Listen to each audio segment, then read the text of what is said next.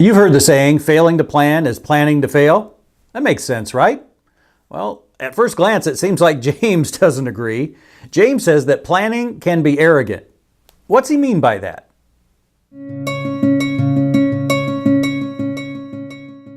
Welcome back to Looking Intently. And if you're not back, if you haven't been here before, then you need to click this tag in the upper right and it'll take you to all the videos in this playlist. Through the book of James is what I've been doing for several videos now. To make sure you don't miss any new ones, click the subscribe button and then that bell icon in the lower right. I'm talking about planning today, and it made me remember, I went to a seminar once that said there's, three types of people. You have the innovators who come up with the idea, the planners who come up with the plan to put it into motion, and then the implementers who actually do it. Which one describes you the best? I know I'm strongest as an innovator, and then below that, not too bad as a planner. Really far down the list is the implementer, which isn't good. I need to find a good implementer to work with me. I bring this up because James in chapter 4, verse 13, he says, "Come now, you who say, today or tomorrow we will go into such and such a town and spend a year there and trade and make a profit." I've written a few business plans. I remember one very extensive one. I got a book like How to Write Business Plans and went through it, and I thought it was a pretty good plan. Didn't work out, but it was a pretty good plan. It was way more detailed than this. But still, just this basic idea of here's what I'm going to do in terms of a business, a venture, some way to make a living. People do this today. Obviously, they were doing it in James' day, and it seems normal. But look what he says. Verse 14. "Yet you do not know what tomorrow will bring."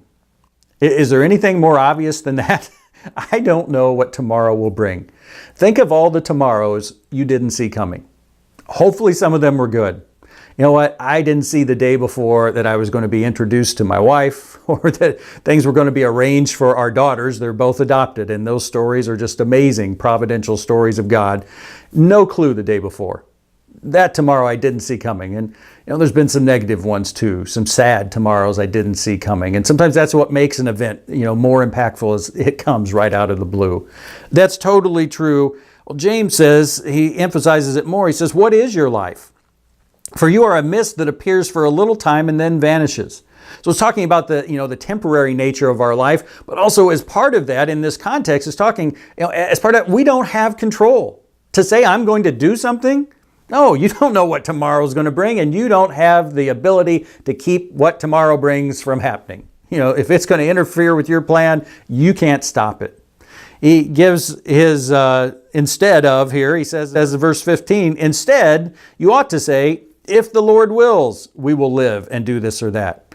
As it is, not saying that, just saying we're going to go do it, you boast in your arrogance. All such boasting is evil. Without what he's talking about here, this idea of if the Lord wills, our planning is boasting, and he says our boasting is evil. If the Lord wills. That's not just some magic formula. All right, come up with my plan, but make sure at the end you say if the Lord wills, and then it'll all be okay. No, it's an attitude. It's a perspective. I view life through this lens that says God is in control and I'm not. I can make my plan, but only if the Lord wills will it come about. I need to realize that all the time. And we would not deny it in word. We wouldn't say, yeah, I'm in control, I can do whatever I want. But how often do we deny it in life? We live our life like it isn't true, like I am in control. Yeah, that one can catch us. And not just major plans. He talks here about a business, spend a year. What about just a day? Saturday, here's what I'm going to do on the day off. I'm going to do this, this, and this.